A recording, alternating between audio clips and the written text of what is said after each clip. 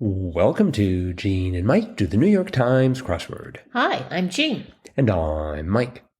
And today we are doing the crossword for Saturday, May 31st, 2025.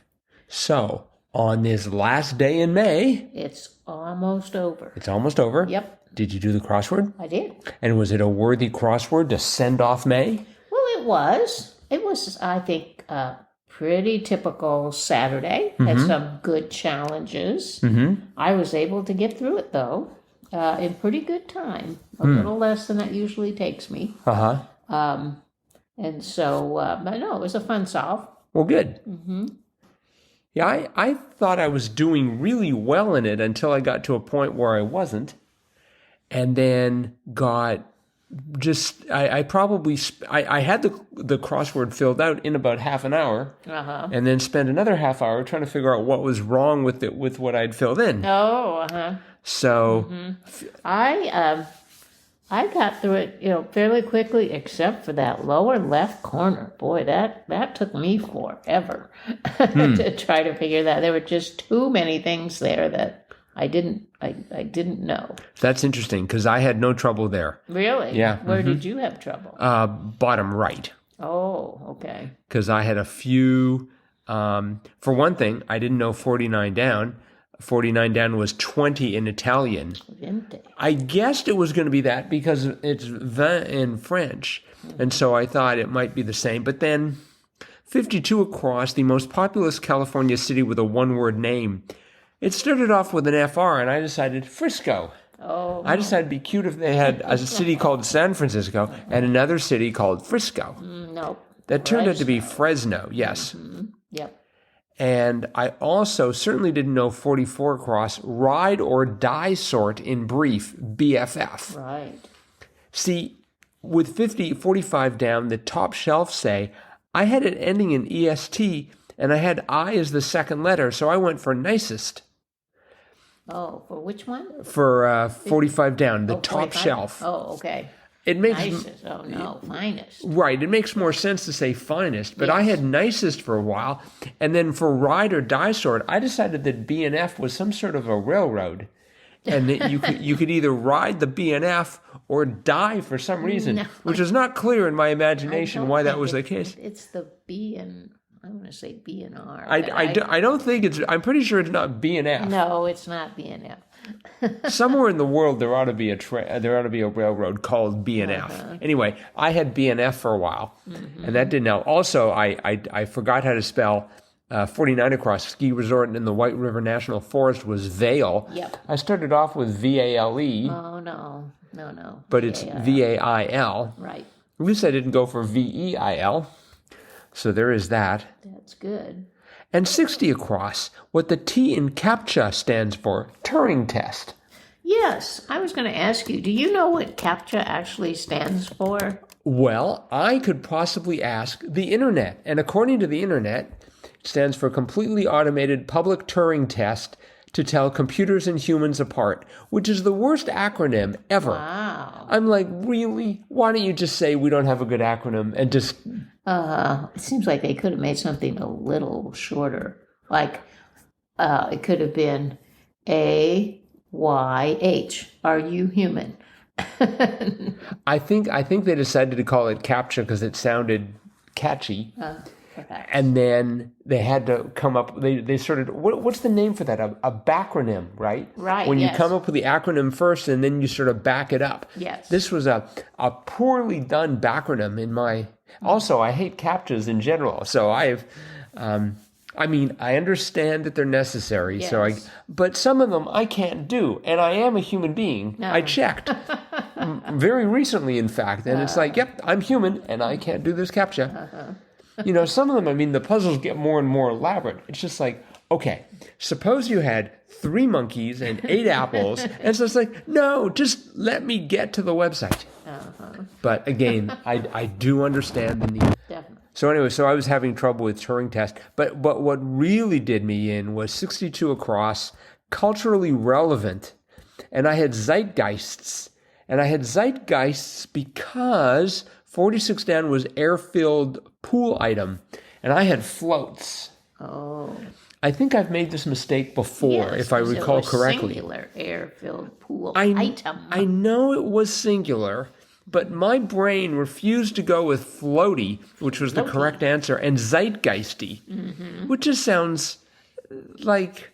I don't think if that showed up in spelling bee, I'm not sure how it could show up in spelling bee, but if it did, Sam Mazursky would have put the kibosh on it, which was one down, by the way. Where Nix. One down was Nix, and the answer was kibosh. Right. So anyways, that's where I was stuck. You were stuck on the lower left. Yes. Yes, because I forgot the 35 down. 2-person shot was the alley-oop. And I wasn't sure what 33 down was. Stern question after saying or after laying out expectations. And the answer was, am I clear? Which made sense. But yeah, and then it's funny, 47 across. Participant in a hybrid sport that requires both brains and brawn.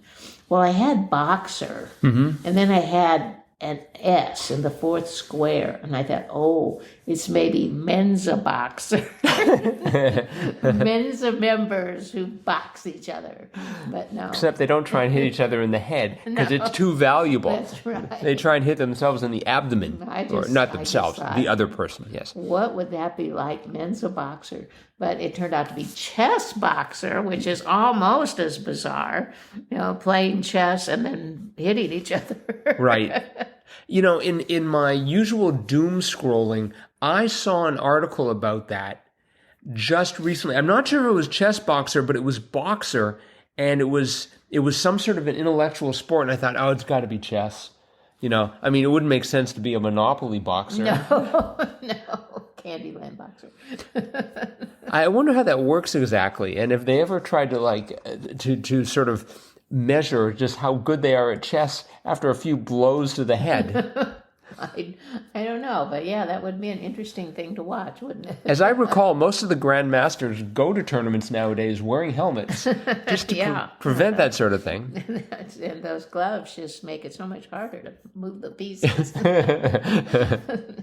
No, I wanted to move the rook.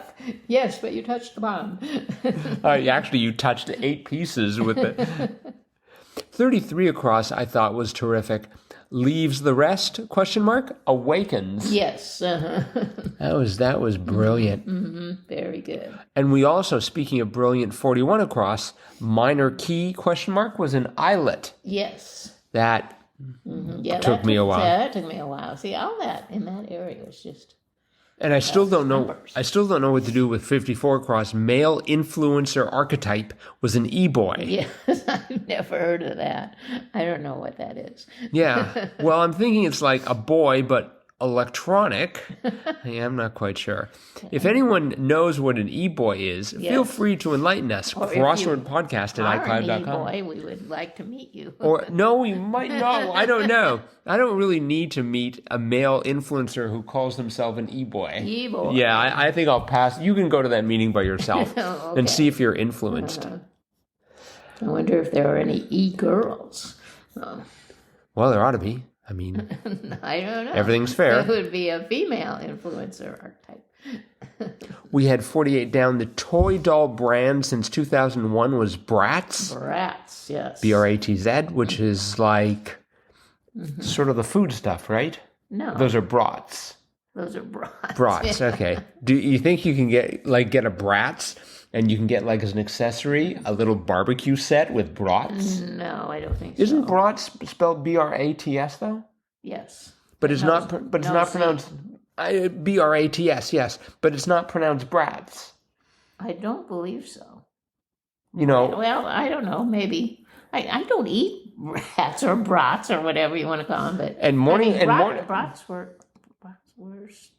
Yeah, it's bratwurst. Really? Okay. So I think it's brats. Well, I think it'd be cute if brats had the like I said, the barbecue accessory. Hey, your brats can enjoy some brats.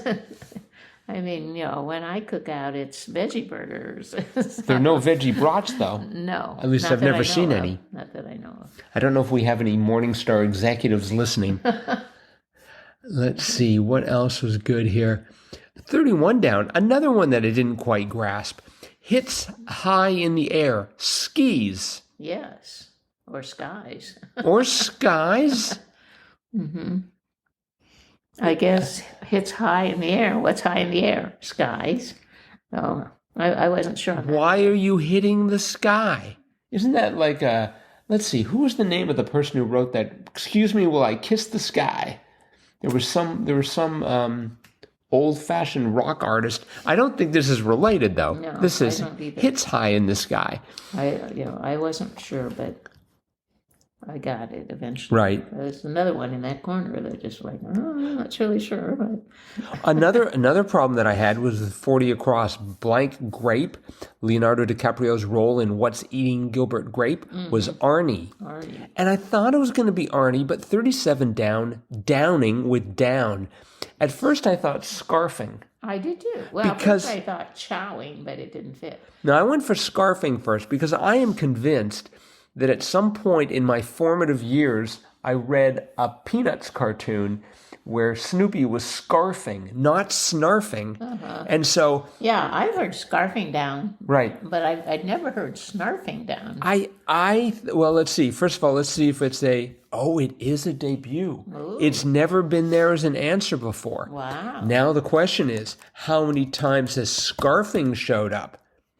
It's not showed up at all. Too bad they didn't get scarfing and snarfing in one crossword. That's asking a lot. I mean, the crossword was already pretty good and pretty packed. This was by Adam Aronson and Ricky Cruz. But yeah, yes, snarfing. But yeah, maybe it's a regional thing. I don't know, but I've always heard scarfing. I'm not sure either. Let's see. We had 24 across. Symbol of rebirth in ancient Egypt was the dung beetle. Yeah, that was funny. Which is a debut. Doesn't seem like much of a symbol, but of course that was the ancient Egypt. I presume that nowadays they have a slightly different They might. symbol. I liked 12 down. Passwords, admit one. Yes. Yeah, that was good. brilliant. 3 down was 500 people, ? And the answer was racers. Yeah. That was great. I was thinking of that song, if I could walk 500 miles and I could walk 500 more, I would be... All right, okay, I better stop now before before ASCAP comes after us. But I was thinking it was going to be the people in that band. No. Unfortunately, I couldn't remember the name of the band. No. It'll come back. It'll come to me, but long after we finish the crossword and the podcast. Let's see. One across was sort of cute, where one might have a Mike and a Michelob, or possibly a Michelob. Michelob. It is okay, so it doesn't quite work, but where one might have a Mike and a Michelob karaoke bar. Right. And I was so mad at myself. 11 across. Edgar Degas's Miss Blank at the Cirque Fernando. Once again, I went for Miss Zaza. Oh, I don't know why. And eventually I realized it's Miss Lala. Miss Lala. We've got a picture in our house. I'm looking at it right now. Yes. Unfortunately, it doesn't have the title. Yes, it does at the bottom. Oh, well, it's okay. I guess I couldn't see It's not the original, folks. But we saw the original. Yes, we should be clear. We should be clear. We don't have any original Degas in our house. We saw the original in the London Art Gallery. The Tate? No, it wasn't the Tate. It was the National Gallery. Oh, okay. And there was a whole exhibit on how he came about to paint that painting. It was fascinating. And the painting is magnificent. So yes, we did get a print of it. So is the reproduction. Miss Lala, yeah. Be funny if they accidentally slipped us the original. I think it's a tad larger than the one. Oh, yeah. Okay. All right. Well, I think that is it for the crossword. Again, a fine effort by Adam Aronson and Ricky Cruz. Definitely.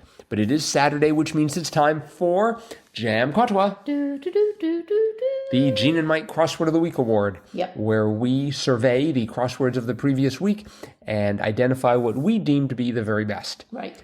This week, we picked... Sunday. The Travel Bugs. Yep. That was an amazing puzzle. It had wormholes in it. It had wormholes in it. It had color. It had clues that went from one side of the puzzle over to the other side and back, and it even had a part of the theme that we didn't even see, and we had to have somebody tell us that the rebuses were all different kinds of worms, Right. because the whole theme was about wormholes, and how a wormhole you can go down one wormhole and come up another one, and that's exactly what the answers did to the clues in this puzzle. It was just a fascinating solve, and just rather awe-inspiring. Yeah. So anyway, yeah, good job, Dylan Schiff. Dylan did Schiff, this yes. puzzle. Yeah, really magnificent. And as our JAMCOTWA winner, if you feel so inclined, Dylan, drop us a line, crosswordpodcast@icloud.com, and we will have some extraordinary Northeast Wisconsin swag. Yep. As well as a great and rare collector's item, a Gene and Mike Do the New York Times Crossword t-shirt, winging its way towards you in no time. And a lovely certificate. Yeah. Saying you are the winner. Yes. Please include a mailing address and a shirt size. Yep. All right. That is it for today. Okay. So thanks, everyone, for listening. Sunday's Crosswords out. We're going to tackle it. We hope you will, too. And come back to hear us talk about it tomorrow. Bye-bye.